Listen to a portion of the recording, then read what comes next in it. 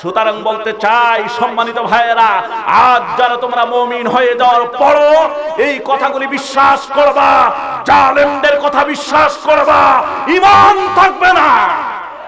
ঠিক কিনা বলেন? সম্মানিত ভাইয়েরা, ফিরে আসি আমরা কোরআনের দিকে। আল্লাহ তাআলা আমাদেরকে কোরআন শোনার সুযোগ করে দেখ, বলেন আমিন। কষ্ট হচ্ছে আপনাদের? জোরে বলেন, কষ্ট হচ্ছে? আজ হক কথা বললেই তো অনেক কথা। আমি অনেক জায়গায় বলি আমি রাজনীতির কথা বলবো না, যে পচা রাজনীতি করতে গিয়ে বিশ্বজিতের মতো একটা ছাত্রকে 2 তালা থেকে কোপায়া নিচতলায় নিয়ে এসে নির্মমভাবে হত্যা করা হলো। যে পচা রাজনীতি করতে গিয়ে সম্মানিত বরগুনার সরকারি কলেজের সামনে রিফাত দিবালয় প্রকাশ্যে হত্যা হলো। জোরে বলেন কথা ঠিক কিনা? যে পচা রাজনীতি আবরারকে দুনিয়া থেকে বিদায় করে দিল। যে পচা রাজনীতি ওই যে বিউটি নামে একটি মাকে দুনিয়া থেকে বিদায় করে দিল। যে পচা রাজনীতি সুবর্ণাচরের 4 সন্তানের একটা জননীকে রাতব্যাপী 10 থেকে 12 জন জানোয়ার ধর্ষণ করলো। ওই পচা রাজনীতির কথা আমরা বলবো না, বলবো না, বলবো না। ঠিক কিনা?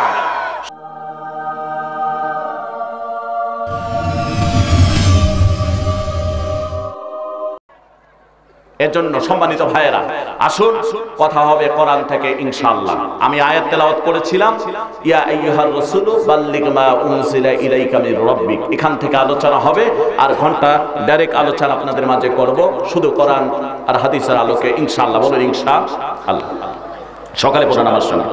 আউযু বিল্লাহি মিনাশ শাইতানির রাজীম।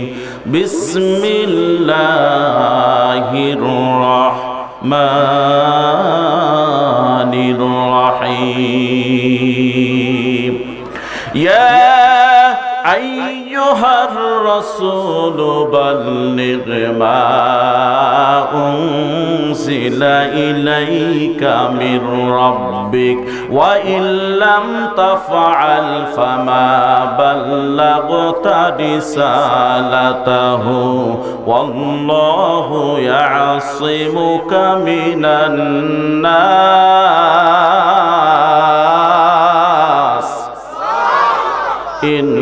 ইন্নাল্লাহা লা ইয়াহদিল কওমাল কাফিরিন।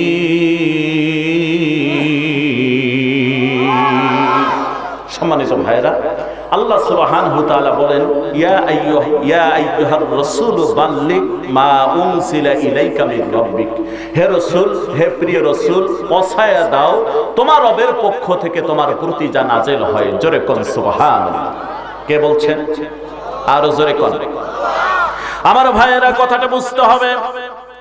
আল্লাহর নবী বিশ্বনবী মুহাম্মদ রাসূলুল্লাহ সাল্লাল্লাহু আলাইহি ওয়াসাল্লামের উপরে আয়াতে কারিমা খানা কখন নাযিল হলো, কোন প্রেক্ষাপটে নাযিল হলো, কান খুলে কথাগুলি শোনা লাগবে ভাইরা আমার।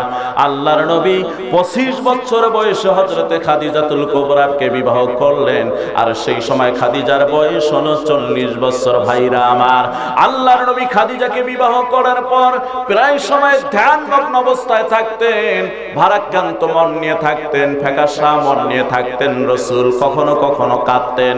একদিন আম্মা জান হযরতে খাদিজাতুল কুবরা জিজ্ঞাসা করলেন, ইয়া রাসূলুল্লাহ, হাবিবাল্লাহ, নবীজি, আমি একজন বয়স্ক মহিলাকে বিয়ে করার কারণে হতে পারে মাঝে মাঝে আপনি ভারাক্রান্ত হয়ে থাকেন, কখনো কখনো অশ্রু ঝরে কাঁদেন, কারণটা কি আল্লাহর নবী গো আপনি পরিষ্কার করে বলুন। আল্লাহর নবী ডাক দিয়ে বলেন, খাদিজা, আসলেই তোমার জন্য আমি কাঁদি না রে খাদিজা, পরিষ্কার করে শোনো রে খাদিজা, যে জন্য কাঁদি সেটা হলো এই মক্কার মানুষগুলি, খুনে ধরা মানুষ, এই মানুষগুলি আজকে খুন, ধর্ষণ, রাহাজানি, ছিনতাই, ব্যভিচার, অন্যায়, অত্যাচার, কাদাচার, এগুলির ভিতরে মানুষ লিপ্ত। এই মক্কার মানুষগুলি প্রকৃত মানুষ কি করে হয়, সভ্য মানুষে রূপান্তরিত কিভাবে করা যায়, মানবতা কিভাবে ফিরে আসে, এই লক্ষ্যে আমি কাঁদি রে খাদিজা। এক পর্যায়ে আল্লাহর নবী ওই জাবালে নূরের উপরে গিয়ে 25 বছর বয়স থেকে নিয়ে একটানা 40 বছর একদিন পর্যন্ত সাধনারত অবস্থায় মাঝে মাঝে থাকলেন। চিৎকার করে বলেন সুবহানাল্লাহ। আমার ভাইয়েরা, এক পর্যায়ে আল্লাহর নবী যেদিন 40 বছর একদিনে পূর্ণ হয়ে গেল তার বয়স, আল্লাহ সুবহানাহু তাআলা ডাক দিয়ে বললেন, নবীজি আর আপনি চিন্তা করবেন না গো আল্লাহর নবী, যে জন্য আপনি সব সময় চিন্তা করতেন কাঁদতেন কি করে মানুষগুলিকে প্রকৃত মানুষে রূপান্তরিত করা যাবে, ওই প্রকৃত মানুষে রূপান্তরিত করতে গিয়ে মানবতা শিক্ষা দেওয়ার জন্য আমি আল্লাহ আজ থেকে পবিত্র কোরআনুল কারীম নামে একটি মহাগ্রন্থ আপনার উপর নাজিল শুরু করলাম। চিৎকার করে বলেন সুবহানাল্লাহ। নবীজির বয়স 40 বছর একদিন আমার আল্লাহ কোরআনুল কারীম নাজেলের ধারা শুরু করে দিলেন। ভাইরা আমার, শুরু হয়ে গেল কোরআন নাজেল। জিবরিল আমিন চলে আসলেন। প্রথম সূরা আলাকের 5টা আয়াতে কারিমা নাজেল হলো, ওটা ব্যাখ্যা দেওয়া আমার উদ্দেশ্য নয়। এরপর আমার ভাইরা, আল্লাহর নবীর বয়স যখন 40 বছর 6 মাস একদিনে রূপান্তরিত হয়ে গেল, তার মানে কোরআন নাজেলের প্রথম দিন থেকে শুরু করে নিয়ে আরো 6 মাস অতিবাহিত হয়ে গেল, তখনও আল্লাহর নবী জাবালে নূরের উপর ধ্যানমগ্ন অবস্থায় থাকতেন। ভাইরা আমার, তখনও প্রকাশ্যে দাওয়াত দেওয়া শুরু করেন নাই। আমার আল্লাহ ডাক দিয়ে বলেন, নবী গো আর গোপন নয়, এবার আপনার দাওয়াত হবে প্রকাশ্যে। জোরে বলেন সুবহানাল্লাহ। আল্লাহ রাব্বুল আলামিন সাথে সাথে জানায় দিলেন, ইয়া আইয়ুহার রাসূল বাল্লিগ মা উনসিলা ইলাইকা মির রাব্বিক। আল্লাহ বলেন, হে রাসূল, হে হাবিব, আপনি পৌঁছায় দিন আপনার রবের পক্ষ থেকে যা আপনার প্রতি নাজিল করা হয়। আল্লাহর নির্দেশে বিশ্বনবী মুহাম্মদ রাসূলুল্লাহ সাল্লাল্লাহু আলাইহি ওয়াসাল্লাম ভাইরা জাবালে নূর থেকে তিনি নামলেন। কোথায় থেকে? জোরে বলেন, কোথায় থেকে?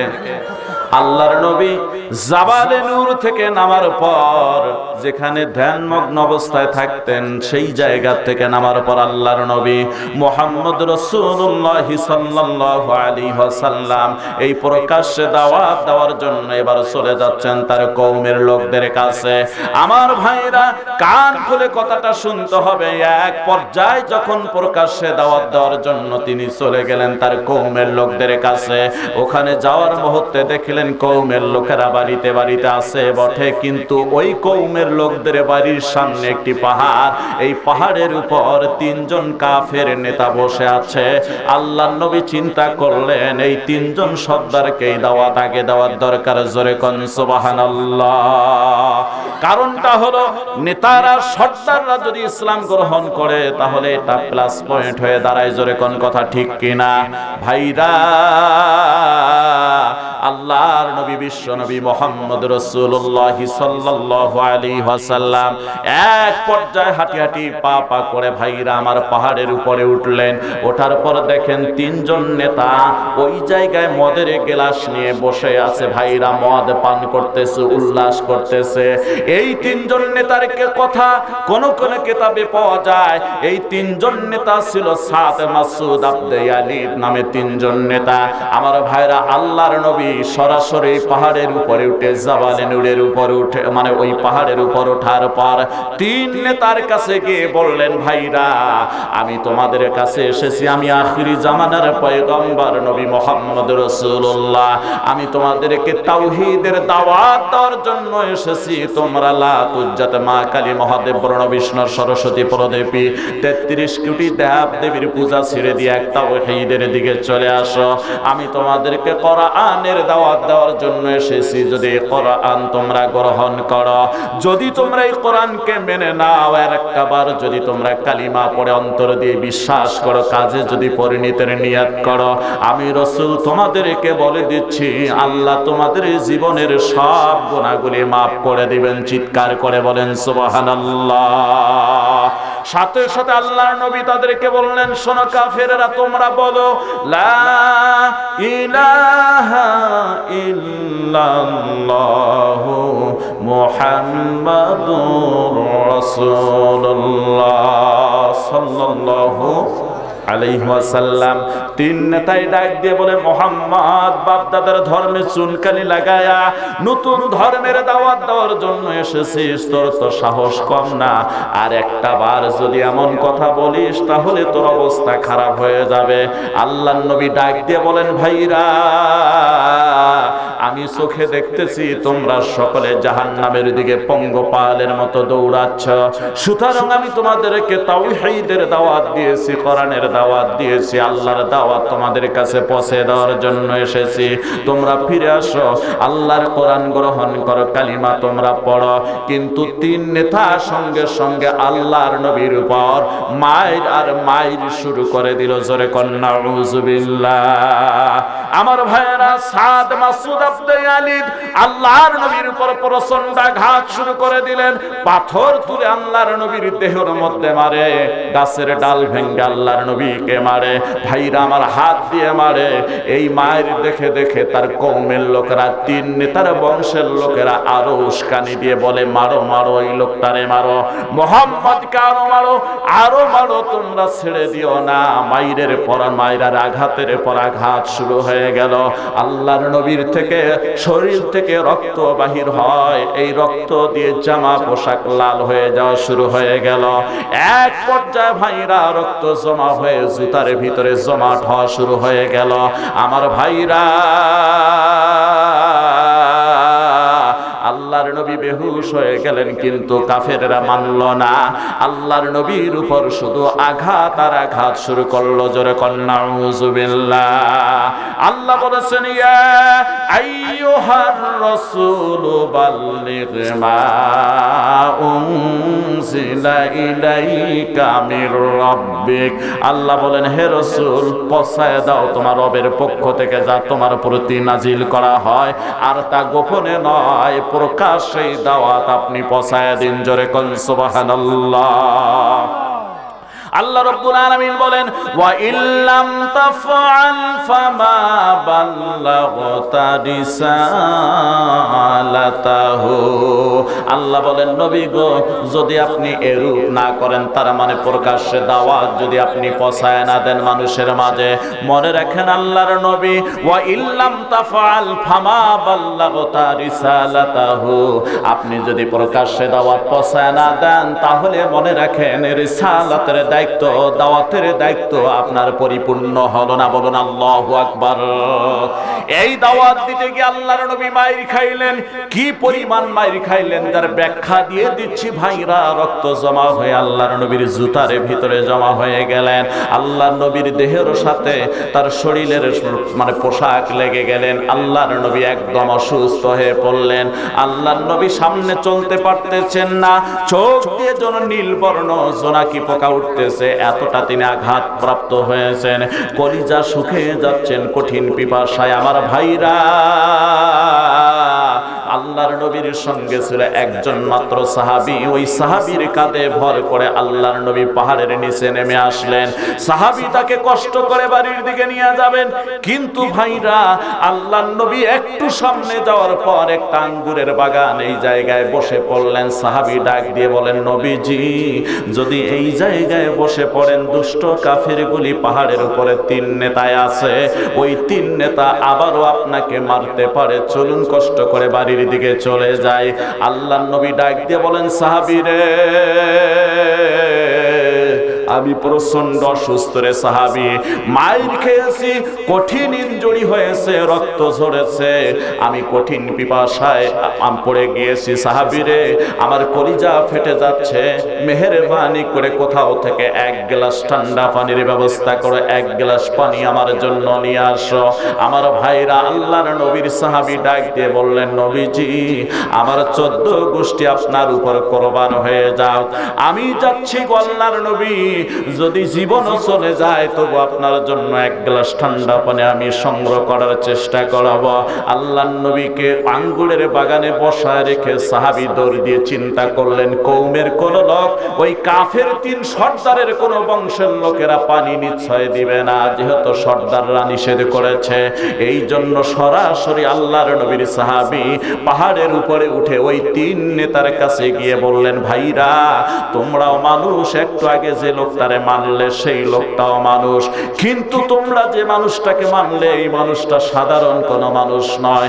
আহারে যে মানুষটা জন্মের আগে তার বাবাকে হারিয়েছেন, জন্মের পর 4 বছর 2 মাস 10 দিন বয়সে কিংবা 6 বছর 2 মাস 10 দিন বয়সে মাকে হারিয়েছেন, 8 বছর 10 বছর প্লাস বয়সে তিনি দাদাকে হারিয়েছেন, এমন একটা মানুষকে তোমরা মানলা যে মানুষটা ছোট্টতে আল আমিন উপাধি পেয়েছে।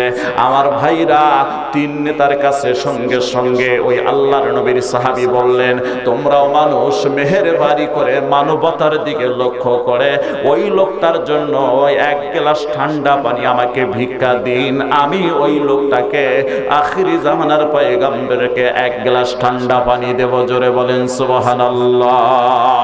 নবীর সাহাবী চেষ্টা করলেন, কিন্তু ভাইরা আমার 3 কাফের নেতা ডাক দিয়ে বললেন, বেটা মুহাম্মদের সাহাবী তুই এখানে আছিস, জলদি করে বেরিয়ে যা, যদি আর একটা আবার পানির কথা বলিস তাহলে 3 জনে ফুটবলের মতো তোমারে কিক করে করে পাহাড়ের থেকে নিচের দিকে ফালায় দেব। আল্লাহর নবীর সাহাবী ডাক দিয়ে বললেন, ভাইরা তোমরা আমাকে মারো কাটো কোনো আফসোস নাই, কিন্তু ওই লোকটার জন্য 1 গ্লাস ঠান্ডা পানি দাও, আমি কথা দিলাম ঠান্ডা পানি এক্ষণে পৌঁছায় দিয়ে আবার তোমাদের কাছে আসবো, যত মাইরার নির্যাতনের দরকার তোমরা আমাকে করিও। কিন্তু তারা বলল, না 1 গ্লাস ঠান্ডা পানিও পাবা না, জলদি করে যাও বেটা, না হলে তোমার উপরে নির্যাতন নিপীড়ন শুরু হবে। আল্লাহর নবীর সাহাবী মন খারাপ করে যখন তিনি পাহাড়ের নিচের দিকে নামতেছিলেন, পাহাড়ের নিচে যখন নেমেছেন, আমার ভাইরা ওই কাফেরের ভিতরে থেকে একজন কাফের কওমের লোকেরা ডাক দিয়ে বলছে, নবীর সাহাবী ও মুহাম্মদের সাহাবী তুই আমার ঘরের সামনে আয়, দাঁড়িয়ে থাক, আমি ওই লোকটার জন্য অন্তত 1 গ্লাস ঠান্ডা পানি দেব। চিৎকার করে বলেন মারহাবা। আমার ভাইরা, আল্লাহর নবীর সাহাবী সঙ্গে সঙ্গে কাফেরের বাড়ির সামনে গিয়ে দাঁড়িয়েছে, 1 গ্লাস ঠান্ডা পানির অপেক্ষা করতেছে। সংক্ষেপ কথা বলছি ভাইরা, কাফের চিন্তা করলেন, আমি যদি প্রকাশ্যে পানি দিতে যাই আমার কওমের লোকেরা আমাকে নির্যাতন করবে, নিপীড়ন করবে, না না তা করা যাবে না, সুতরাং আমি গোপনে 1 গ্লাস ঠান্ডা পানি দেব। ওই কাফের বেটা প্রচন্ড রৌদ্রের মধ্যে গায়ের মধ্যে একটা চাদর চড়ায়া, চাদরের ভিতরে 1 গ্লাস ঠান্ডা পানি নিয়ে ওই গেটের সামনে এসেছে, নবীর সাহাবীর হাতে তুলে দেবেন। আমার ভাইরা, এরই ভিতরে 3 কাফের নেতা পাহাড়ের উপর থেকে ডাক দিয়ে বলছে, ওরে নবীর সাহাবী মুহাম্মদের সাহাবী, আমাদের লোকের বাড়ির সামনে কেন তুই দাঁড়ায়া? আর ওখান থেকে ডাক দিয়ে বলছে, ওরে কাফের, ওরে ভাই তুই কেন কঠিন রৌদ্রের মধ্যে গায়ে কেন চাদর দিয়েছিস? নিশ্চয় মতলব তোমার খারাপ, চাদরের নিচে পানি লুকায় নিয়ে এসেছিস নবীর সাহাবীকে দেওয়ার জন্য। দাঁড়াও, আমরা তোমাকে পরীক্ষা করব, একটা ফোঁটা পানি ওই নবীকে তুমি দিতে পারবে না। সাথে সাথে কাফের ডাক দিয়ে বলছেন, নবীর সাহাবী ইচ্ছা ছিল মুহাম্মদের জন্য 1 গ্লাস ঠান্ডা পানি দেব, কিন্তু পারলাম না। আমি যদি এখন 1 গ্লাস ঠান্ডা পানি দেই আমার কওমের লোকেরা এসে মারবে, ওই 3 নেতা এসে আমাকে মারবে, বরং তুমি চলে যাও। যাওয়ার মুহূর্তে একটা কাজ তুমি করতে পারো, কাজটা হলো আঙ্গুল 5টা তুমি ওই গ্লাসের মধ্যে ভিজায় নিয়ে একটু পানি আঙ্গুল হাতের তলার মধ্যে নিয়ে হাতটা মুষ্টিবদ্ধ করে নিয়ে ভিজা আঙ্গুল 5টা মুহাম্মদের জিহ্বার উপরে ধরতে পারো। চিৎকার করে বলেন সুবহানাল্লাহ, বলেন আল্লাহু আকবার। ভাইরা আমার, রাসূল দাওয়াত দিতে গিয়ে কি খাইলেন? জোরে কোন? আজও হক কথা বললে মাইর আছে না নাই? জোরে কোন আছে না নাই?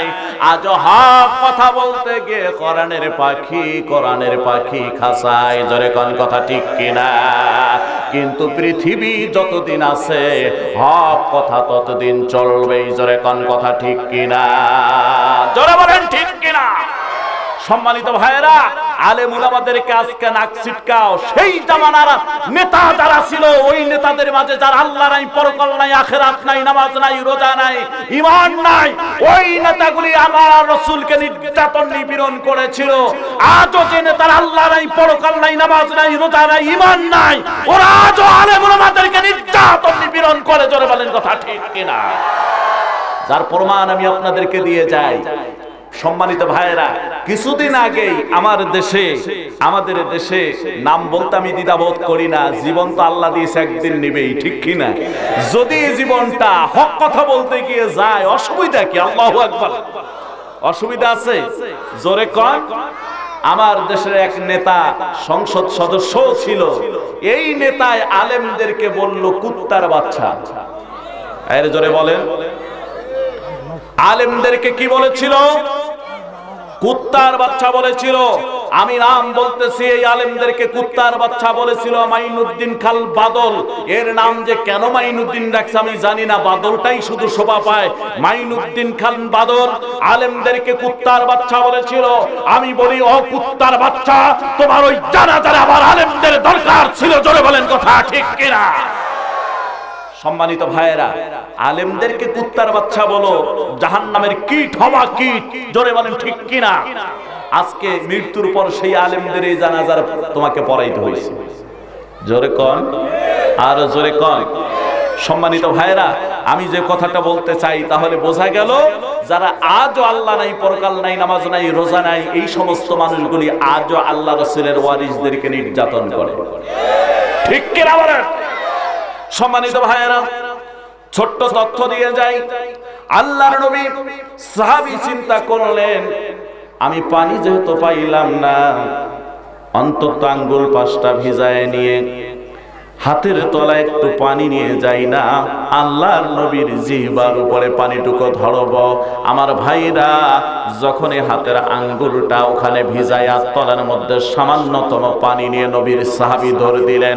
হাতের তলায় পানি থাকার কথা না, আঙ্গুলের ফাঁক দিয়ে পানি বেড়ে যায়। জোরে কোন কথা ঠিক কিনা? ওখানে গিয়ে দেখেন পানি নাই, তবে আঙ্গুল 5টা ভিজা, চোখের পানি ছেড়ে দিয়ে কাঁদতেছেন নবীর সাহাবী। আমি নবীকে এক গ্লাস ঠান্ডা পানি দিতে পারলাম না। আল্লাহর নবী ডাক দিয়ে বলেন, আমার সাহাবী রে, এক গ্লাস ঠান্ডা পানি কি নিয়ে এসেছো? আল্লাহর নবীর সাহাবীর সাথে সাথে বললেন, ইয়া রাসূলুল্লাহ, পানি সংগ্রহ করার জন্য চেষ্টা করেছি নবী গো, আমার 14 গোষ্ঠী আপনার উপরে কোরবান হয়ে যাও, কিন্তু আমি পারি নাই। ওই 3 নেতার কারণে আপনাকে পানি আমি দিতে পারি নাই নবী গো। তবে আঙ্গুল 5টা ভিজায় নিয়ে এসেছি, আঙ্গুলের হাতের তলায় একটু পানি নিয়েছিলাম, সে পানি থাকে নাই। এখন আঙ্গুল 5টা ভিজা, যদি আপনি ইচ্ছা করেন আমার এই 5টা আঙ্গুল আপনার জিহ্বার উপরে ধরতে পারেন। আমার ভাইয়েরা, আল্লাহর নবী কতটা পিপাসিত থাকলে এই কাজ।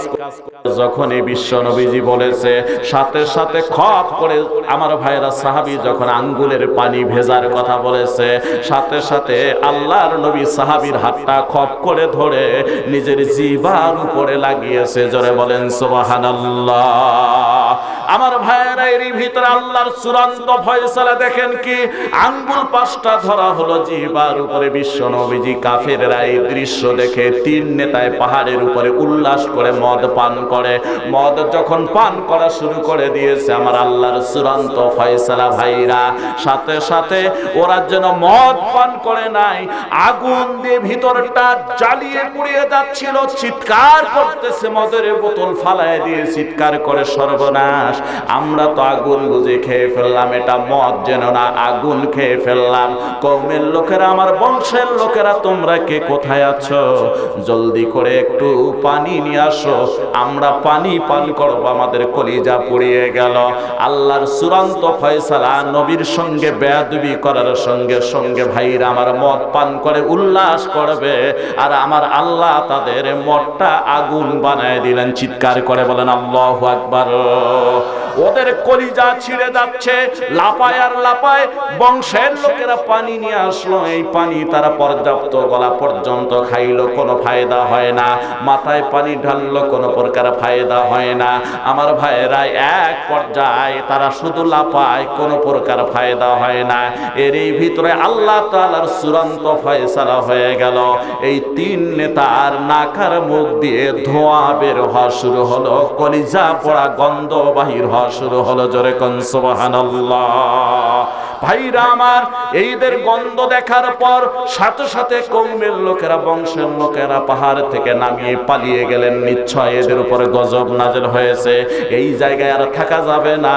বংশের লোকেরা যখন দৌড়ায় তখন তারা তিনজনে বলে, আমার কওমের লোকেরা, তোদের কথা অনুযায়ী মুহাম্মদকে আমি মারলাম, নির্যাতন করলাম, আমরা তিনজনে মারলাম, এখন আমাদেরকে ফালায় রেখে যাচ্ছ, তোমরা যেও না।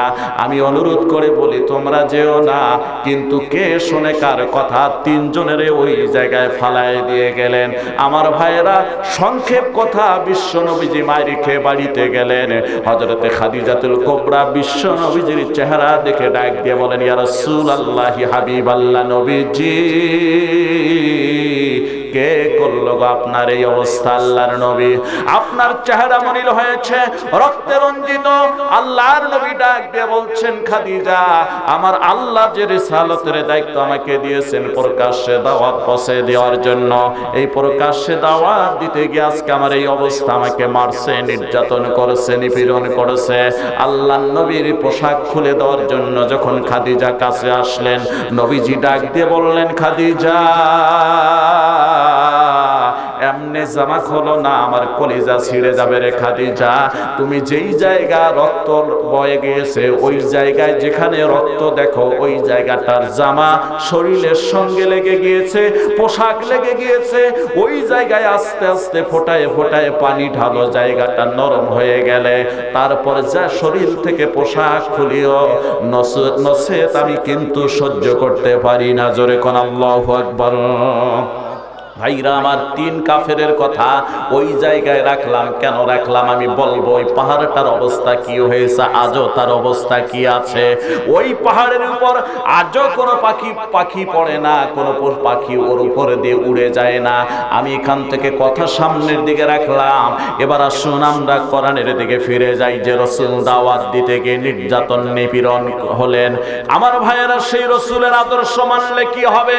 আমার আল্লাহ রাব্বুল আলামিন পরিষ্কার করে বলেন, ওয়া মান ইউতিইল্লাহা ওয়া রাসূলা ফাউলাইকা মা'আল্লাযীনা আন'আমাল্লাহু আলাইহিম মিনান নাবিয়্যিনা ওয়াস-সিদ্দীকিনা ওয়াশ-শুহাদা'i ওয়াস-সালিহিন ওয়া হাসুনা উলাইকা রাফিকা। বলুন আল্লাহু আকবার। ভাইরা আমার, আল্লাহ রাব্বুল আলামিন বলেন, যে ব্যক্তি আল্লাহ এবং তার রাসূলের আনুগত্য করলো, আল্লাহ সুবহানাহু তাআলা পরিষ্কার করে বলছেন, যে ব্যক্তি আল্লাহ আর তার রাসূলের আনুগত্য করলো, যাদেরকে নিয়ামত প্রাপ্ত করা হয়েছে, সেই ব্যক্তি হবে তাদের সঙ্গে হাসরে। জোরে কোন সুবহানাল্লাহ। এই নিয়ামত প্রাপ্ত ব্যক্তি কারা? আল্লাহ রাব্বুল আলামিন এক নম্বরে বললেন, মিনান নাবিয়্যিন, নবীগণ হলো নিয়ামত প্রাপ্ত। বলুন আল্লাহু আকবার। এরপর বললেন ওয়াস-সিদ্দীকিন, সিদ্দীকিনগণ, সত্যবাদীগণ হলো নিয়ামত প্রাপ্ত। এরপর আল্লাহ বললেন ওয়াস-শুহাদা'i, শহীদগণ হলো নিয়ামত প্রাপ্ত। 4 নম্বরে আল্লাহ বললেন ওয়াস-সালিহিন, সৎ কর্মশীল ব্যক্তি হলো নিয়ামত প্রাপ্ত। এই 4 শ্রেণী ব্যক্তি হলো নিয়ামত প্রাপ্ত। তাহলে ভাইরা আমার, 1 নম্বরে রাসূলগণের নাম, এই রাসূলের আনুগত্য করার দরকার আছে কিনা? যারা কোন আছে? আল্লাহ রাব্বুল আলামিন কোরআনুল কারীমে সূরা নিসার 59 নম্বর আয়াতে বলেন, আল্লাহ রাব্বুল আলামিন পরিষ্কার করে জানায় দেন, ইয়া আইয়ুহাল্লাযীনা আমানু আতিউল্লাহা ওয়া আতিউর রাসূল ওয়া উলিল আমরি মিনকুম ফাইন তানাযাতুম ফি শাইইন ফারুদ্দুহু ইলাল্লাহি ওয়ার রাসূলি ইন কুনতুম তুমিনুনা বিল্লাহি ওয়াল ইয়াউমিল আখির। বলুন আল্লাহু আকবার। আল্লাহ পরিষ্কার করে বললেন, হে মুমিনগণ, ঈমানদারগণ, আল্লাহর আনুগত্য করো এবং রাসূলের আনুগত্য করো। আর 3 নম্বরে বললেন ওয়া উলিল আমরি মিনকুম, এবং তোমাদের নেতাদের উলিল আমর যারা তারা আনুগত্য করো। এই জায়গায় আল্লাহ 3টা কন্ডিশন দিলেন। 1 নাম্বার আল্লাহর আনুগত্য করা লাগবে, জোরে কোন কথা ঠিক কিনা। 2 নম্বরে রাসূলের আনুগত্য করা লাগবে। 3 নম্বরে বললেন ওয়া উলিল আমরি মিনকুম, 3 নম্বরে উলিল আমর দ্বারা আল্লাহ পাক নেতাদের কথা বললেন, হুকুমদাতাদের কথা বললেন। কিন্তু এটা কোন নেতার কথা বলছেন বোঝার দরকার আছে কিনা, জোরে কোন। যে নেতার জীবন আল্লাহ নাই, পরকাল নাই, নামাজ নাই, রোজা নাই, কোরআন নাই, এই নেতার কথা আল্লাহ বলেন নাই। বরং যে নেতার জীবনটা কোরআন দিয়ে গঠিত, ব্যক্তি জীবনে কোরআন, পারিবারিক জীবনে কোরআন, সামাজিক জীবনে কোরআন, অর্থনৈতিক জীবনে কোরআন, রাজনৈতিক জীবনে কোরআন, রাষ্ট্রীয় জীবনে কোরআন, নিজে কোরআন দিয়ে নিজের জীবন পরিচালনা সব ক্ষেত্রে করে, অন্যকেও কোরআনের দাওয়াত দেয়, কোরআনের রাজ কায়েম করতে চায়, এমন নেতার কথা আল্লাহ বলেছেন। জোরে কোন কথা ঠিক কিনা, জোরে বলেন ঠিক কিনা। এমন নেতার কথা বলা হয় নাই যে নেতার বাড়ি তল্লাশি করলে 12 কেজি 8 কেজি স্বর্ণ পাওয়া যায়, জোরে কোন কথা ঠিক কিনা। এমন নেতার কথা বলা হয় নাই যে নেতা কেসুনোর চেয়ারম্যান হয়, ঠিক কিনা। কেসুনো তো এমন একটা শব্দ আমার বাপ দাদা 14 গোষ্ঠীও বুঝি শোনে নাই, জোরে কোন কথা ঠিক কিনা। যেটা হলো আধুনিক জুয়ার সরঞ্জাম। ভাইরা আমার, এমন জুয়ার ব্যবস্থা যেখানে 1 মিনিটে কোটি কোটি টাকা নষ্ট করা সম্ভব। ঢাকা শহরে হাজার হাজার কেসুনো চললো, আর এই কেসুনোর চেয়ারম্যান হলো রাশেদ খান মেনন, জোরে কোন কথা ঠিক কিনা। ওদের দ্বারাই জাতি কিছু পেতে পারে না, ঠিক কিনা বলেন। আল্লাহ রাব্বুল আলামিন কোরআনুল কারীমে বলেন, ইয়া আইয়ুহাল্লাযীনা আমানু। ভাইরা আমার, কান খুলে কথা শুনবেন। সময় যদি দেন কিছু কথা আপনাদের মাঝে বলবো, না দিলে বলার সম্ভব হবে না। কান খুলে শোনাল আল্লাহর বক্তব্য। ইয়া আইয়ুহাল্লাযীনা আমানু ইন্নামাল খামরু ওয়াল মাইসিরু ওয়াল আনসাবু ওয়াল আসলামু রিজসুম মিন আমালি শাইতান ফাজতানিবুহু লাআল্লাকুম তুফলিহুন। বলুন আল্লাহু আকবার। আর জোরে জোরে বলেন আল্লাহু আকবার। আল্লাহ এখানে 4টার কথা বললেন। 1 নাম্বার বললেন ইয়া আইয়ুহাল্লাযীনা আমানু, হে মুমিনগণ, বিশ্বাসীগণ, ঈমানদারগণ, ইন্নামাল খামরু, নিশ্চয় মদ, নিশ্চয়।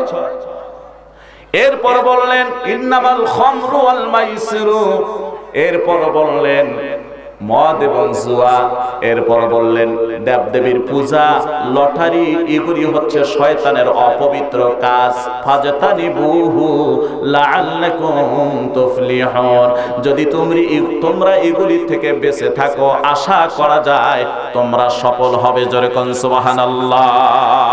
যে নেতারা মদের চেয়ারম্যান, যে নেতারা মাদকের ওখানে যায়, জুয়ার আসনের চেয়ারম্যান হয়, ভাইরা আমার, জুয়ার ছয় লাভ করায়, যেখানে নারীর বেশ্যালয় তৈরি করে, এদেরকে আল্লাহ অনুসরণ করতে বলে নাই, বরং উলিল আমর দ্বারায় কোরআন ওয়ালার কথা আল্লাহ বলেছেন। জোরে কোন কথা ঠিক কিনা।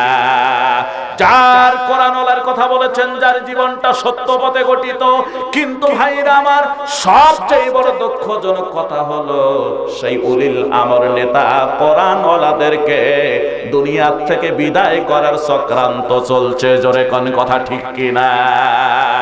কোরআন ওয়ালাদেরকে দুনিয়া থেকে বিদায়ের চক্রান্ত চলছে, কিন্তু কোরআন ওয়ালারা এমনই বাপের বেটা, জীবন দিল আল্লাহর পথে, তাগুতের কাছে মাথা নত করলো না, কারো কাছে প্রাণটা পর্যন্ত ভিক্ষা ছিল না। জোরে কোন কথা ঠিক কিনা। আল কোরআনের সৈনিক আমি নেই কো পরাজয়, এক আল্লাহর গোলাম আমি এই তো পরিচয়, আমার এই তো পরিচয়। ঠিক কিনা? কোরআন হাদিস সংবিধান রাসূল আমার নেতা, উৎসাহ মোর চির অম্লান ইতিহাসে বীরগাথা। এক আল্লাহ ছাড়াই আমার দিলে, এক আল্লাহ ছাড়াই আমার দিলে নেই কোনো ভয়, এক আল্লাহর গোলাম আমি এই তো পরিচয় আমার, এক আল্লাহর গোলাম আমি এই তো পরিচয়। জোরে বলেন মারহাবা, জোরে কোন মারহাবা। সম্মানিত ভাইয়েরা, আসুন যে কথাটা বলতে চাই, এরপর আল্লাহ রাব্বুল আলামিন বললেন তিনজনকে তিন জায়গায় আনুগত্যের পরে তিনটা কন্ডিশনের পর আল্লাহ বললেন ফাইন তানাযাতুম ফি শাইইন ফারুদ্দুহু ইলাল্লাহি ওয়ার রাসূলি। আল্লাহ বলেন তোমাদের বিষয়ে, তোমাদের মধ্যে কোনো বিষয়ে যদি মতপার্থক্য দেখা দেয়, সেই বিষয়টাকে আল্লাহ এবং রাসূলের দিকে ফিরিয়ে দাও। ইন কুনতুম তুমিনুনা বিল্লাহি ওয়াল ইয়াউমিল আখির, যদি তোমরা আল্লাহ এবং পরকালকে বিশ্বাস করে থাকো, যালিকা খায়রুম ওয়া হাসানু তাওয়িলা, এবং এটাই হচ্ছে উত্তম পরিণতির দিক থেকে। চিৎকার করে বলেন আল্লাহু আকবার, বলেন আল্লাহু আকবার। সম্মানিত ভাইয়েরা, সুতরাং একটি কথা পরিষ্কার করে বলতে চাই, এই আলেম উলামাদেরকে যুগে যুগে বহু জায়গায় নির্যাতন নিপীড়ন করা হয়েছে, কিন্তু আলেম উলামাদেরকে কখনোই এই নির্যাতন নিপীড়ন করে দাবিয়ে রাখা যায় নাই। ওই শকুনের বাচ্চাগুলি, সাদা ভালুক ছেড়ে সেই ব্রিটিশরা, ভাইরা আমার ইংরেজরা 1-200 বছর পর্যন্ত মুসলমানদেরকে নির্যাতন নিপীড়ন করেছে। এই নির্যাতনের এক পর্যায়ে ধারা অনুযায়ী মাহমুদুল হাসান সাইকুল হিন্দ, এরপর হচ্ছেন হুসাইন আহমদ মাদানী রহমতুল্লাহ আলাইহি, তারপর হচ্ছে ফজলুল হক খায়রাবাদী রহমতুল্লাহ আলাইহি সহ অগণিত মর্দে মুজাহিদদেরকে আন্দামান দ্বীপে মাল্টা কারাগারে তাদেরকে বন্দী করে রাখা হয়েছিল। মাহমুদুল হাসান সাইকুল হিন্দের শরীরে প্রত্যেকদিন 40টি করে চাবুকের আঘাত মারা হতো, আর বলা হতো মাহমুদ তুমি ফতোয়া দাও, ইংরেজদের অনুসরণ অনুকরণ করা যাবে। মাহমুদ ফতোয়া দেয় নাই। শেষ পর্যন্ত মাহমুদুল হাসান সাইকুল হিন্দকে লোহা গরম করে কোমরের দিকে ধরা হয়েছে, আর বলা হয়েছে মাহমুদ তুমি ফতোয়া দাও, যদি ফতোয়া না দাও আজ তোমার জীবন চলে যাবে। মাহমুদুল হাসান সাইকুল হিন্দ সেই সময় বলেছিলেন, আয়ে কুত্তে কো বাচ্চে তুম জানতে হো মাই কোন হো, মাই হযরত খালিদ বিন ওয়ালিদ কা ওয়ারিস হো। আয়ে কুত্তে কো বাচ্চে তুম জানতে হো মাই কোন হো, মাই হযরত খাব্বাব কা ওয়ারিস হো। আয়ে কুত্তে কো বাচ্চে তুম জানতে হো মাই কোন হো, মাই হযরত বিলাল রাদিয়াল্লাহু তাআলা আনহু কা ওয়ারিস হো। যেদিন মাহমুদুল হাসান সাইকুল হিন্দকে লোহা গরম করে কোমরে চাপ দেওয়া হয়, শরীর থেকে টাস টাস করে গোশত ফুটে পড়ে যায়, ইংরেজরা উল্লাস করে আর বলেছিল যদি আজ ফতোয়া না দাও মরণ হবে, আর যদি আমাদের পক্ষে ফতোয়া দাও তুমি বড় মুফতি, তোমার ফতোয়া গ্রান্টেড হবে, তাহলে তোমাকে এমন অর্থ আভিজাত্য দিয়ে ছেড়ে দেব, আর জীবনে বসে খেলেও তোমার ফুরাবে না। সেই সময় মাহমুদুল হাসান সাইকুল হিন্দ বলেছিলেন, হে কুত্তার বাচ্চা ইংরেজরা, তোমরা জানো আমি কে? আমি হলাম হযরত বিলাল রাদিয়াল্লাহু তাআলার উত্তরসূরি, আমি হযরত খাব্বাব রাদিয়াল্লাহু তাআলার উত্তরসূরি, আমি হলাম হযরত বিশ্বজয়ী যোদ্ধা হযরত খালিদ বিন ওয়ালিদের উত্তরসূরি। আমার জান আল্লাহর রাস্তায় শহীদ করে দিতে প্রস্তুত, তোমাদের কথায় ফতোয়া দিতে রাজি না, রাজি না। বলুন আল্লাহু আকবার। পারে না ইংরেজরা নির্যাতন নিপীড়ন করে ফতোয়া নিতে। শেষ পর্যন্ত এই সাদা ভালু কুত্তার বাচ্চা শকুনগুলি পালাতে বাধ্য হয়েছিল, স্বাধীন হয়েছিল ভারতবর্ষ। জোরে বলেন কথা ঠিক কিনা? সেই দিন আলেমুল আমাদের ভূমিকা ছিল, ওই দিন যদি ভারতবর্ষ ভাগ না হতো, পূর্ব পাকিস্তান আর পশ্চিম পাকিস্তান যদি না হতো, তার মানে ভাইরা আমার, তাহলে আজ আমরা বাংলার মুখ দেখতে পেতাম না। জোরে কোন কথা ঠিক কিনা? সেই আলেম উলামাদের ঐতিহ্য আজ কোথায় চলে গেছে? আলেম উলামারা নাইবে রাসূল, তাদেরকে যারা নির্যাতন নিপীড়ন করো, আলেম উলামাদেরকে যারা মিঠিয়ে দিতে চাও দেশ থেকে, আল্লাহর কসম করে বলছি আলেম উলামাদেরকে দাবানো সম্ভব হবে না। এদেরকে মারো, কাটো, বন্ধ যাই করো, জোর চোর ডাকাত বদমাশ যুদ্ধ অপরাধী, এরপর নানা অপবাদ দেওয়ার পরও প্রমাণ করো আর যদি কোরআনের পাখিটাকে কোনো জায়গা ছাড়া যায়, তাহলে তার সমাবেশে এত লোক হবে, এত লোক হবে, বাংলার কোন মাঠ নাই জায়গা দিতে পারে। জোরে কোন কথা ঠিক কিনা? সুতরাং কোরআন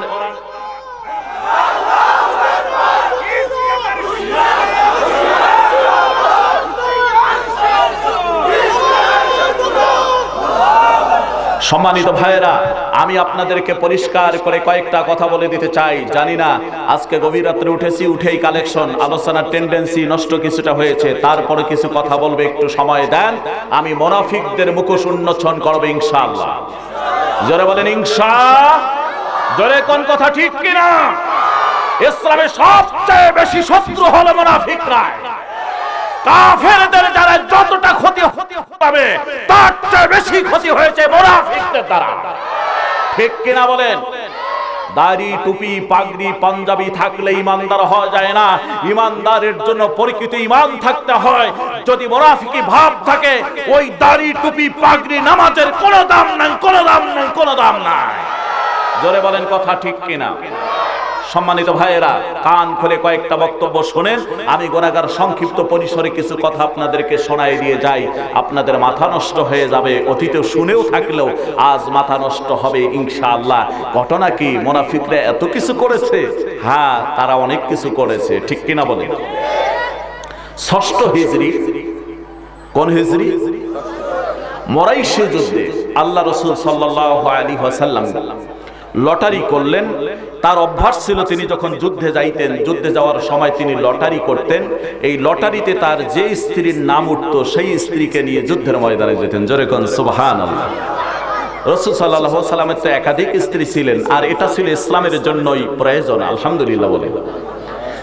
সম্মানিত ভাইয়েরা, রাসূল সাল্লাল্লাহু আলাইহি ওয়াসাল্লাম যে বিবাহ শাদীগুলো করেছেন একমাত্র আয়েশা ব্যতীত বাকি সব ছিল বিধবা। ঠিক কিনা বলেন?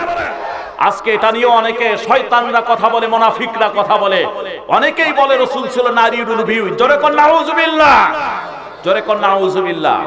আজকে এতটা অপবাদ বিশ্ব নবীজিকে দেওয়া হয়।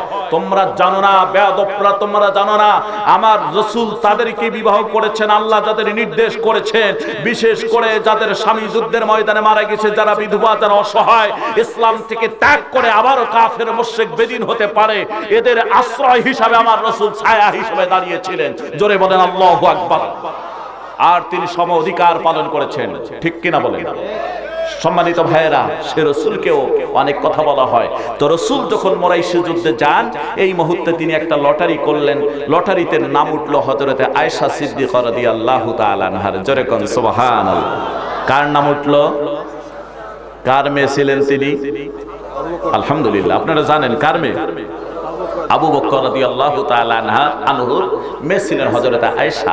এই আয়েশা কম বয়সে বিয়ে হয়েছে, হালকা পাতলা মানুষ। 9 বছর বয়সে স্বামীর ঘরে গিয়েছেন।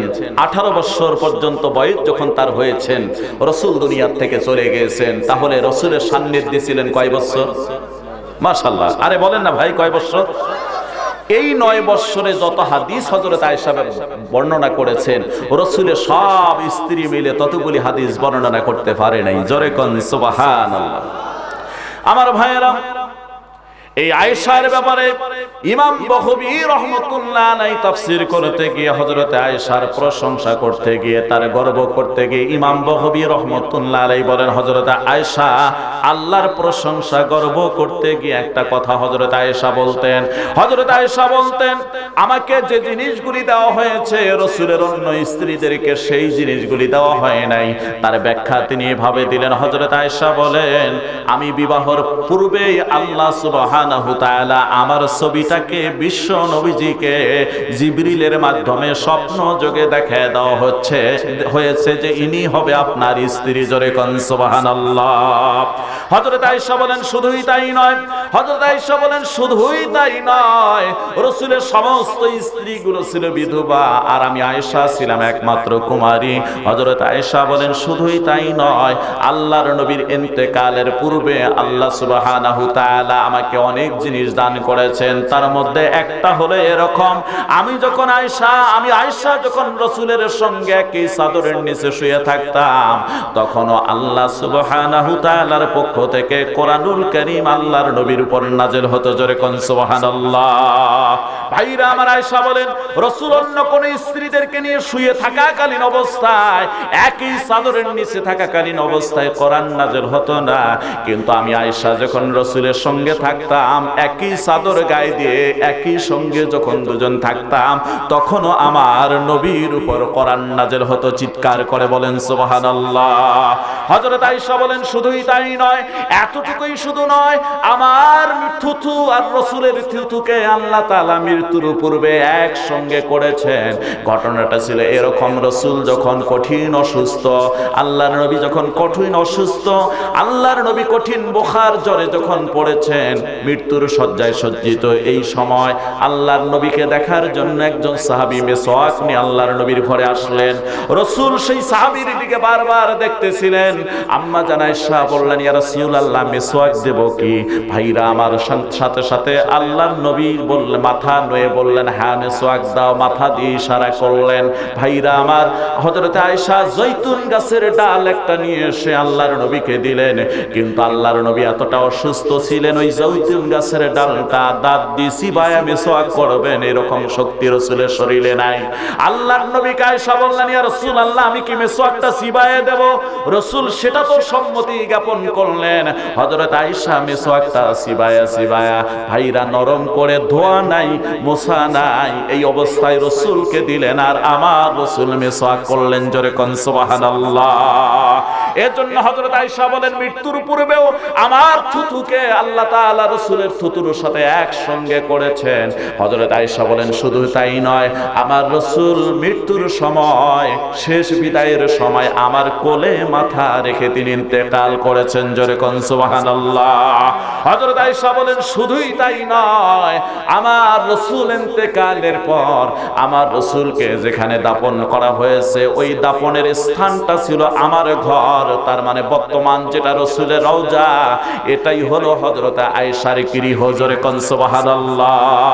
হযরত আয়েশা বলেন শুধুই তাই নয়, আমার ব্যাপারে যখন মিথ্যা অপবাদ দিল মুনাফিক নেতা আব্দুল্লাহ বিন উবাই, আমার চরিত্র নিয়ে যখন সে কলঙ্কিত করার চেষ্টা করলো, আল্লাহ সুবহানাহু তাআলা আমি আয়েশার পক্ষে আসমানে সূরা নাযিল করলেন, আয়াত নাযিল করলেন।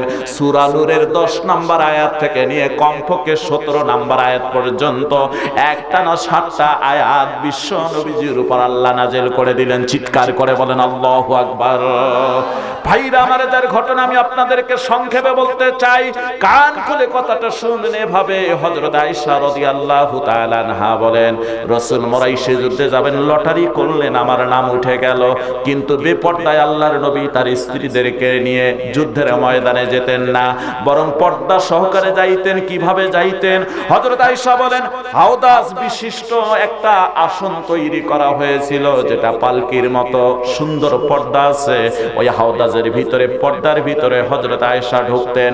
তারপর আমার ভাইরা, এই হাওদাসটা ধরে নিয়ে এসে উঠের পিঠের মধ্যে বেঁধে দেওয়া হতো, সুন্দর করে উট নিয়ে যাইতো, কোনো প্রকার পর্দার খেলাফ হতো না। জোরে কোন সুবহানাল্লাহ। চলে গেলেন যুদ্ধের ময়দানে, মুরাইশি যুদ্ধে। কান করে শুনুন, এই যুদ্ধে থেকে ফেরার পথে আল্লাহর নবী যুদ্ধ শেষ আসলেন, এক জায়গায় তাবু স্থাপন করলেন। ওই মুরাইশি নামক জায়গায় তাবু স্থাপন করে বিশ্রাম নিচ্ছেন। শেষ রাত হয়ে গেল। আল্লাহর নবী সাহাবাজমানদেরকে বললেন, কাফেলা তৈরি হও, কাফেলা মদিনার দিকে চলে যাবে। এই সময় হযরত আয়েশা রাদিয়াল্লাহু তাআলা আনহা হাওদাজের ভিতরে ছিলেন না।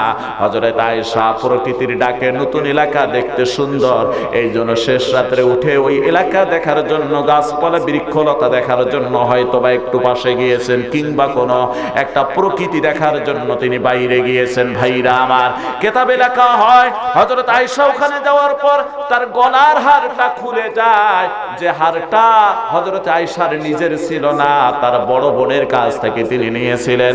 এই হারটা খোঁজাখুঁজি করে আসতে আসতে এবার সাহাবা আজমান হাওদাসটা ধরে উঠের পিঠের মধ্যে বেঁধে দিয়েছিলেন। সাহাবা আজমান জানতেন না যে এর ভিতরে হযরতে আয়েশা আছে কিনা। আপনারা বলতে পারেন, হুজুর মানুষ থাকলে কি বোঝা যাবে না একটা পালকির মধ্যে? না থাকলে কি বোঝা যাবে না? আমি বলবো ভাইরা, হযরত আয়েশা 9 বছরের একজন বালিকা, অল্প বয়সে বিয়ে হয়ে গেল, অত্যন্ত হালকা পাতলা ছিল।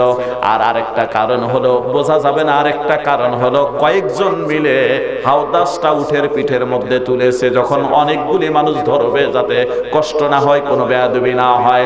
তখন অনেক মানুষের কারণে ওজন তো কেউ বুঝতে পারবে না। জোরে বলেন কথা ঠিক কিনা?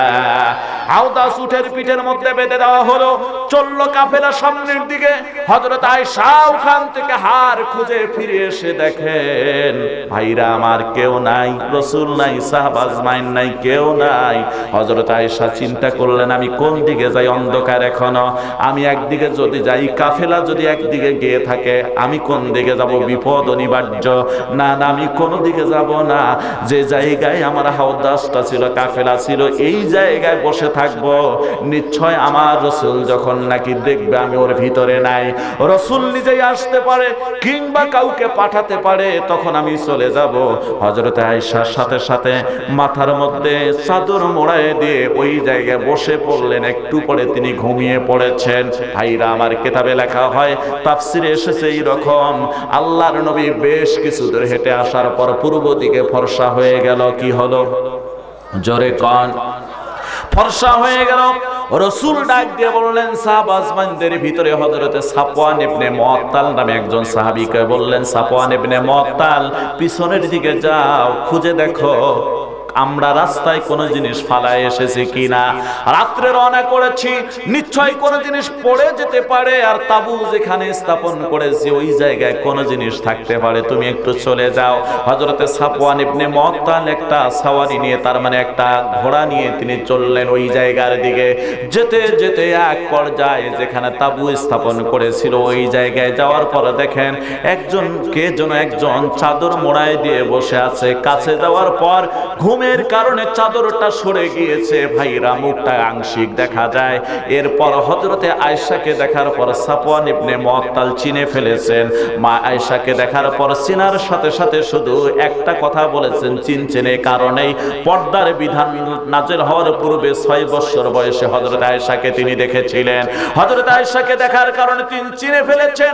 একটা বার শুধু হযরতে সাফওয়ান ইবনে মুআত্তাল বলেছিলেন ইন্না লিল্লাহ, আর ইন্না লিল্লাহর আওয়াজ হযরতে আয়েশার কানে পৌঁছার পর সাথে সাথে তিনি জাগরিত হয়েছেন। আর একটা কথাও হযরতে সাফওয়ান বলে নাই ইন্না লিল্লাহ ব্যতীত। এরপর উটটা ঘোড়াটা নিয়ে হযরতে আয়েশার কাছে বসায় দিয়েছেন। শিকারী ঘোড়াটা একটু বাড়ি দিলে পাটা বসে যায়।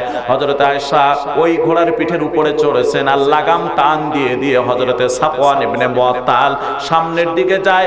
রাসূল বলেছিলেন সাফওয়ান ইবনে মুআত্তাল, আমরা অমুক জায়গায় বিশ্রাম করব, তুমি না আসা পর্যন্ত ওখানেই থাকবো, তুমি পিছনের খবরটা নিয়ে আসো।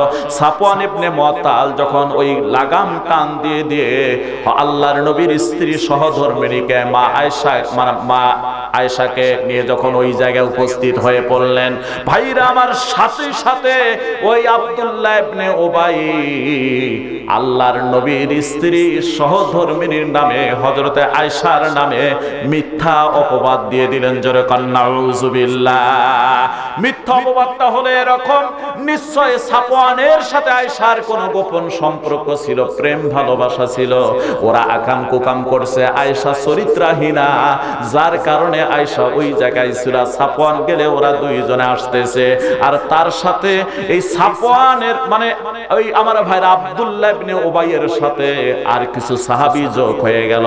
সাথে সাথে মুহূর্তের ভিতরে সমস্ত সাহাবীদের মাঝে কথা ছড়িয়ে পড়লেন, কেউ কিছু বলতে পারতেছেন না, অনেকের মন খারাপ। ভাইরা আমার, আমি আপনাকে বলতে চাই রাসূলের স্ত্রীরা হলো আমাদের মায়ের সমতুল্য। জোরে কোন কথা ঠিক কিনা? উম্মাহাতুল মুমিনিন। ভাইরা আমার, রাসূলের মা হলো আমাদের মায়ের সমতুল্য। সেই মায়ের বিরুদ্ধে অপবাদ দেয় আব্দুল্লাহ বিন উবাই। জোরে কোন নাউযুবিল্লাহ। আমার ভাইয়েরা, এই অপবাদটা ছড়িয়ে পড়লেন, সব সাহাবীদের মাঝে ছড়িয়ে পড়লেন, রাসূলের কানেও পৌঁছে গেল। রাসূল আমার নাওয়া খাওয়া ঘুম ছেড়ে দিলেন, অনেক কষ্ট করে যুদ্ধের ময়দান থেকে বাড়িতে চলে আসলেন। মদিনার অলিতে গলিতে আয়েশার নামে মিথ্যা অপবাদ আর রটনা করলেন, এর নায়ক হলেন একমাত্র আব্দুল্লাহ বিন উবাই। জোরে কোন কথা ঠিক কিনা? এই আব্দুল্লাহ বিন উবাই হলেন নায়ক। ভাইরা আমার, কান খুলে কথাটা শোনেন। ঘটনাক্রমে আল্লাহর নবীর উপর ওহীও বন্ধ হয়ে গেল। ওই সময়টা একাধারে ওহী নাই। হযরত আয়েশা ওই সফর থেকে এসে অসুস্থ হয়ে পড়লেন। আয়েশা নিজেও জানেন না তার ব্যাপারে যে অপবাদ দেওয়া হয়েছে এ পর্যন্ত তার কানের মধ্যে সে কথাটা পৌঁছে যায় নাই। 1 মাস অতিবাহিত হতে যাচ্ছে, রাসূলের উপরে এখনো ওহী অবতীর্ণ হয় না। আল্লাহর নবী খুব বিচলিত হয়ে পড়লেন। কোন সাহাবা আজমাইন বললেন, ইয়া রাসূলুল্লাহ, আপনি আয়েশাকে ডিভোর্স দিয়ে দিন, ছেড়ে দিন। আয়েশাকে বাদ দিয়ে আপনি আরেকটা মেয়েকে প্রয়োজনে বিয়ে করেন। কেউ কেউ বলল, না ইয়া রাসূলুল্লাহ, এমনটা করবেন না, আপনি অপেক্ষা করুন। আয়েশা যদি সতী সাধবী হয়, আমার আল্লাহ আয়েশার পক্ষ সাক্ষী দিবে। জোরে কোন সুবহানাল্লাহ। ভাইরা আমার, কিতাবে লেখা হয় 1 মাস পরে হযরত আয়েশা রাদিয়াল্লাহু তাআলা আনহা একটু সুস্থ হলেন। রাত্রিবেলায় উম্মে মিসতা নামে একজন মহিলার সঙ্গে রাত্রিতে একটু বেড়ার জন্য তিনি বেরিয়ে পড়লেন। রাত্রিতে প্রকৃতি দেখার জন্য বেরিয়ে পড়লেন। হালকা হালকা চাঁদনি রাত। হযরত আয়েশা যখন বেরিয়ে পড়লেন, উম্মে মিসতা নামে মহিলাটা নিজের চাদরের মধ্যে হোঁচট খেয়ে তিনি পড়ে যাওয়ার পর উম্মে মিসতা তার সন্তানকে অভিশাপ দিলেন। আয়েশা রাদিয়াল্লাহু তাআলা আনহা বলেন, ও মহিলা, তুমি মা হয়ে সন্তানকে অভিশাপ দিলে কেন? মা হয়ে কি কোনোদিন কোন সন্তানকে অভিশাপ দেয়? মিসতা বললেন, শোনো উম্মে মিসতা বললেন, শোনো আয়েশা, তুমি জানো না আমার ছেলে কতটাই খারাপ। আমার ছেলে তোমার বিরুদ্ধে মিথ্যা অপবাদ দিয়েছে, প্রোপাগান্ডা রটাইছে। তার মানে হলো আব্দুল্লাহ বিন উবাইয়ের সাথে ওই মহিলার সন্তানও ছিল জড়িত। সাথে সাথে আয়েশা বললেন, কি অপবাদ দেওয়া হয়েছে তুমি বলো। সব কথাগুলি মহিলা খুলে বললেন। তখন আয়েশা জানতে পারলেন যে যার কারণে আমার উপর অপবাদ দেওয়া হয়েছে, যার কারণে রাসূল এইবার অসুস্থ হলে আমার কাছে আসে না বেশি, আমার সঙ্গে বেশি কথা বলে না, আমার সঙ্গে বেশি দেখা সাক্ষাৎ করে না, আমাকে কোনো আদর করে না। 1 মাসের ভিতরে আমি কেমন যেন তাকে দেখেছি, অন্যবার তো আমি তাকে কোনোদিন এরকম দেখি না। আল্লাহর নবীর কাছে আয়েশা দরখাস্ত করলেন, ইয়া রাসূলুল্লাহ, আপনি অনুমতি দিলে আমি একটু আমার বাবার বাড়িতে যাইতাম। রাসূল অনুমতি দিয়ে দিলেন। লোক সহকারে আমার ভাইরা আবু বকরের বাড়িতে, বাবার বাড়িতে চলে গেলেন। আয়েশা মায়ের কাছে জানতে চাইলেন ঘটনাটা। মা তার সত্যতা দিলেন। বাবার কাছে জানতে চাইলেন। বাবাও বললেন, হ্যাঁ, ঘটনা মদিনার অলিতে গলিতে সব জায়গায় রটিত হয়েছে। আয়েশা আমার ভাইয়েরা সাথে সাথে ঘরের দরজা বন্ধ করে কান্নায় ভেঙে পড়লেন। বলেন আল্লাহু আকবার। আয়েশা কান্নায় ভেঙে বললেন, আল্লাহকে ডাক দিয়ে বললেন, আমার আল্লাহ, ততক্ষণ পর্যন্ত কারো সঙ্গে কথা বলবো না, ততক্ষণ পর্যন্ত একটা দানাও খাবো না, ততক্ষণ পর্যন্ত ঘরের দরজা পর্যন্ত খুলবো না, যতক্ষণ পর্যন্ত আমার সতীত্বের ব্যাপারে তুমি গ্যারান্টি দাও নাই, তোমার পক্ষ থেকে কোনো ঘোষণা আসে নাই, ততক্ষণ পর্যন্ত আমি ঘরের দরজা পর্যন্ত খুলবো না। চিৎকার করে বলেন আল্লাহু আকবার। ভাইরা আমার, হযরত আয়েশা যখন ঘরের দরজা বন্ধ করে কান্না শুরু করে দিলেন, কেউ দরজা খুলতে পারে নাই। কিতাবের ভিতরে আসছে 2 রাত 1 দিন পর্যন্ত আয়েশা অবিরত কানলেন। আম্মা জান আয়েশা, রাসূল সংবাদ পেয়ে আয়েশার বাড়িতে আসলেন। দরজা খুলতে বললেন, কিন্তু দরজা খোলে না। অনেকক্ষণ ডাকাডাকির পর দরজা খুললেন। আল্লাহর নবী ভিতরে ঢোকার পর হযরত আয়েশাকে কালিমা শাহাদাত পাঠ করালেন। তিনি কালিমা শাহাদাত পড়লেন। রাসূল বললেন, আয়েশা, এবার বলো, যদি তুমি কোনো অন্যায় করে থাকো, পাপ যদি করে থাকো, তাহলে স্বীকার করার তওবা করো, আমার আল্লাহ তোমারে মাফ করে দিবে। মানুষ মাত্র তো ভুল হতেই পারে, তুমি বলো। আম্মা জান আয়েশা রাদিয়াল্লাহু তাআলা আনহা ডাক দিয়ে বললেন, ইয়া রাসূলুল্লাহ, হাবিবাল্লাহ, এখন যদি আমি বলি না আমি পাপের কাজ করি নাই, আপনি বিশ্বাস করবেন না, আপনারা কেউ হয়তো করবেন না, কারণ লোকের মুখে শুনতে শুনতে এই কথাটা আপনাদের অন্তরে গেঁথে গিয়েছে, বিশ্বাস আপনাদের হয়ে গিয়েছে। আর যদি বলি আমি নিষ্পাপ, এই কথা যদি আমি বলি তাও হয়তো বিশ্বাস করবেন না। এই জন্য এই অবস্থা আমার এখন হযরতে ইয়াকুব আলাইহিস সালাতু ওয়াস সালামের মতো ধৈর্য ধরা ছাড়া কোনো উপায় নাই। জোরে কোন সুবহানাল্লাহ। হযরতে ইয়াকুব আলাইহিস সালাতু ওয়াস সালামের উদাহরণ এই জন্য দিলেন, ইউসুফ নবীকে যখন কুয়ার মধ্যে তার ভাইরা ফেলে দিয়ে গেল, বাবা জিজ্ঞাসা করলেন ইউসুফ কই? কয় বনের বাঘ ধরে তারে খাইছে। জোরে কোন কথা ঠিক কি না? হযরতে ইয়াকুব বিশ্বাস করলেন না। ছেলেদের কথা শোনার পর তিনি বললেন এখন আল্লাহর উপর ধৈর্য ধারণ ছাড়া আমার কোনো উপায় নাই। আয়েশা ওই কথা বললেন, ভাইরা আমার, রাসূল এখন ওই বাড়িতে আছেন। ধৈর্য ধরলেন আর বললেন যতক্ষণ আমার আল্লাহ আমার পবিত্রতা ঘোষণা করে নাই ততক্ষণ পর্যন্ত আমি দরজা খুলব না, আর কারোর সঙ্গে কথা বলবো না। সাথে সাথে আল্লাহ রাব্বুল আলামিন সূরা নূরের আয়াতে কারিমা নাযিল করা শুরু করে দিলেন। জোরে কোন সুবহানাল্লাহ। আরো জোরে জোরে বলেন আল্লাহু আকবার। ভাইরা আমার, সূরা নূরের ভিতরে আল্লাহ রাব্বুল আলামিন পরিষ্কার করে বিশ্ব নবীজিকে জানাই দিলেন, আল্লাহ তাআলা পরিষ্কার করে জানাই দিলেন ইন্নাল্লাযীনা জাউ বিল ইফকি উসবাতুম মিনকুম লা তাহসাবুহু শাররাল লাকুম বাল হুয়া খায়রুল লাকুম। বলেন আল্লাহু আকবার। কি সুন্দর কথা, বচন ভঙ্গিটা শোনেন। আল্লাহ জানাই দিলেন ইন্নাল্লাযীনা জাউ বিল ইফকি উসবাতুম মিনকুম। আল্লাহ বলেন হে রাসূল, যারা নাকি এই মিথ্যা অপবাদটা রচনা করেছে তারা তোমারই দলের একদল লোক। বলুন নাউযুবিল্লাহ।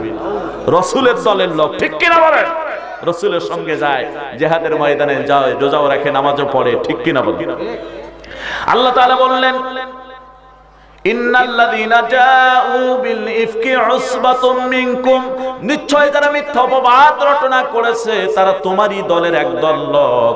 লা তাহসাবুহু শাররাল লাকুম, এটা তোমার নিজের জন্য তুমি ক্ষতি মনে করো না, অমঙ্গল মনে করো না। বাল হুয়া খায়রুল লাকুম, বরং এটা তোমার জন্য উত্তম হয়েছে। জোরে কোন সুবহানাল্লাহ। কেন উত্তম হয়েছে? এর দ্বারা মুনাফিকের মুখোশ উন্মোচন হবে। জোরে কোন কথা ঠিক কিনা? আল্লাহ রাব্বুল আলামিন পরিষ্কার করে এরপর আল্লাহ তাআলা জানাই দিলেন লিকুল্লি মিরিইম মিনহুম মাকতাসাবা মিনাল ইস, তাদের প্রত্যেকের জন্য ততটুকু শাস্তি আছে যতটুকু সে করেছে, যতটুকু সে গুনাহ করেছে। জোরে কোন কথা ঠিক কিনা? জোরে কোন ঠিক কিনা? ভাইরা আমার, এই আয়াতগুলির ব্যাখ্যা এক পর্যায়ে এসে আল্লাহ সুবহানাহু তাআলা জানাই দিলেন নবী গো, এই ঘটনাটা যারা ঘটাইছে, এই মিথ্যা অপবাদ যারা রটনা করেছে, এর মধ্যে এক নাম্বার হলো আব্দুল্লাহ ইবনে উবাই, এই হলো অধিনায়ক, আর তার সঙ্গে কিছু তোমার সাহাবী আছে। এর মধ্যে তিনজন সাহাবীর কথা পাওয়া যায়।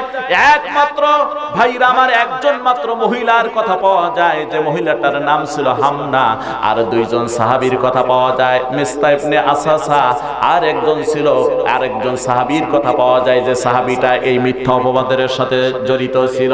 আল্লাহর নবী শেষ পর্যন্ত তিনজন সাহাবীকে, একজন মহিলা আর দুইজন পুরুষ সাহাবীকে 80টা করে বেতের আঘাত মারলেন, কিন্তু আব্দুল্লাহ বিন উবাইকে কোনো প্রকার শাস্তি দিলেন না, একটা মাইরও দিলেন না, আঘাতও দিলেন না। এই কারণে দিলেন না, আমার ভাইরা, সাহাবীদেরকে আল্লাহর নবী 80টা করে দোড়া মারলেন, বেতের আঘাত দিলেন। এই কারণে দুনিয়ায় গুনাহ করেছে, তার শাস্তি দুনিয়ায় হলে আল্লাহ তাদের মাফ করে দিবেন। জোরে কোন সুবহানাল্লাহ।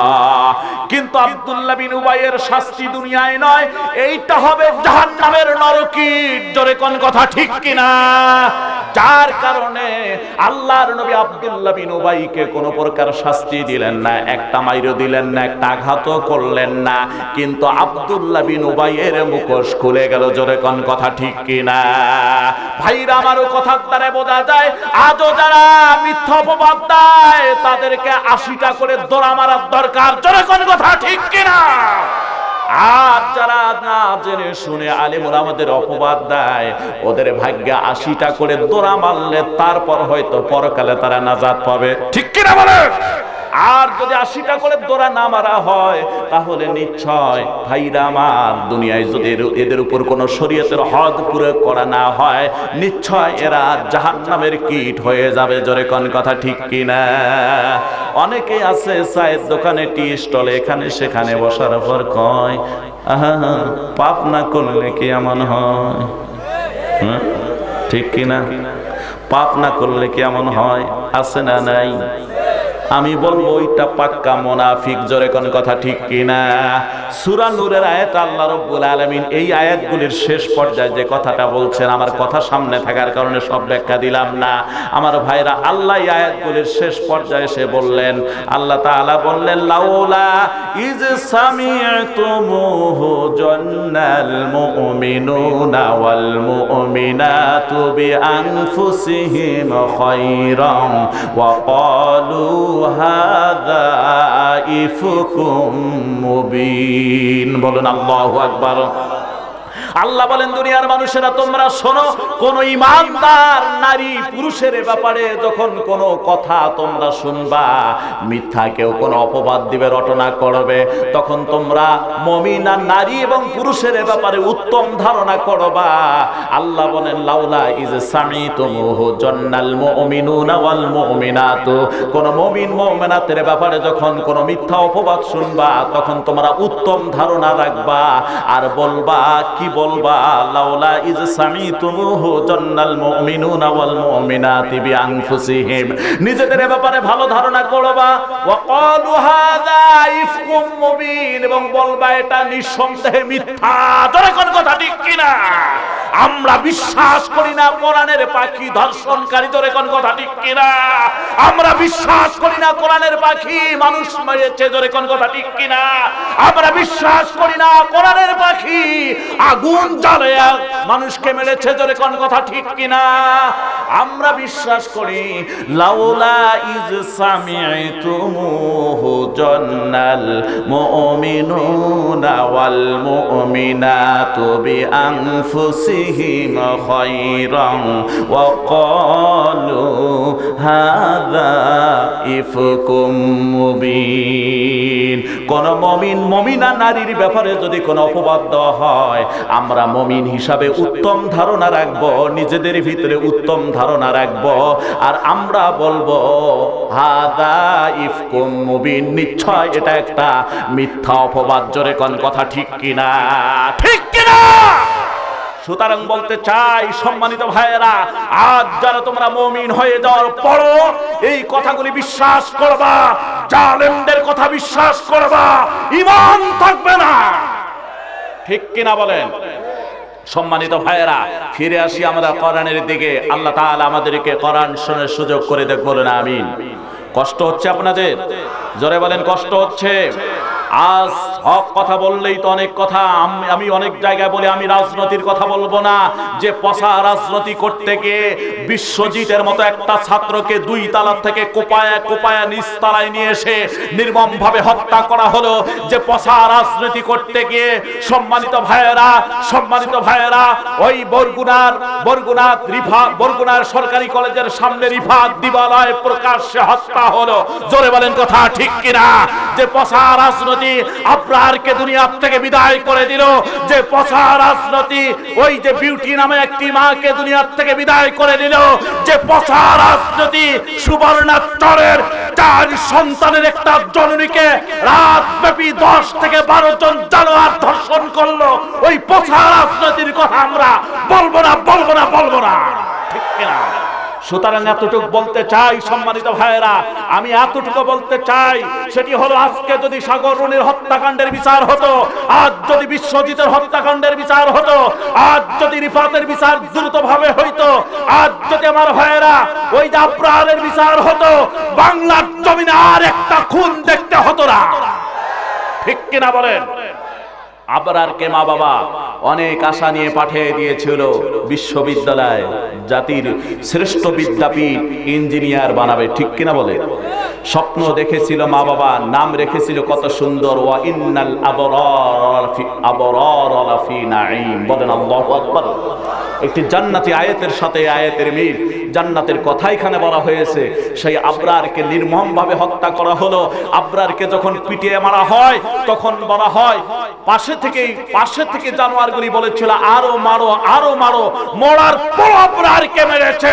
ওরা জানোয়ার, জোরে বলেন কথা ঠিক কিনা? জানোয়ারদের কোনো ধর্ম থাকতে পারে না, জানোয়ারদের কোনো দল থাকতে পারে না, জানোয়াররা সন্ত্রাসী, জোরে কোন কথা ঠিক কিনা? সন্ত্রাসীদের কোনো ধর্ম নাই।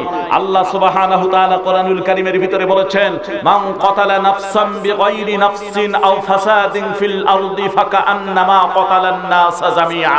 যারা অন্যায়ভাবে কোনো মানুষকে হত্যা করে সে যেন একটা মানুষকেই নয়, গোটা বিশ্বের মানব জাতিকে হত্যা করলো। আবরারকে শুধু হত্যা করা হয় নাই, গোটা মানব জাতিকেই হত্যা করা হয়েছে। ঠিক কিনা বলেন? সুতরাং আমি বলবো ওই আগাছাগুলিকে সামলান, ঠিক কিনা?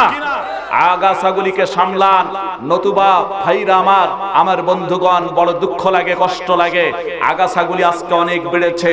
আমরা মাননীয় প্রধানমন্ত্রীকে ধন্যবাদও জানাই, তিনি মাদককে অভিযান চালিয়ে 0 পয়েন্ট টলারে নিয়ে আসার চেষ্টা চালাচ্ছেন।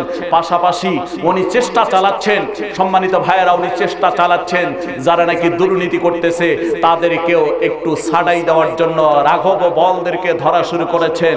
এটা যেন লোক দেখানোর জন্য না হয়, লৌকিকতার জন্য না হয়, এটা যেন অব্যাহত থাকে আমরা চাই। জোরে কোন কথা ঠিক কিনা? যদি অব্যাহত থাকে তাহলে আমরা বলবো সাব্বাস আপনি বাপের বেটি, ঠিক কিনা বলেন? এটা যেন লৌকিকতা না হয়, এটা যেন লোক দেখার জন্য না হয়। আল্লাহ তাআলা তেনাকে এই অভিযান চালানোর সুযোগ করে দেখ, বলেন আমিন।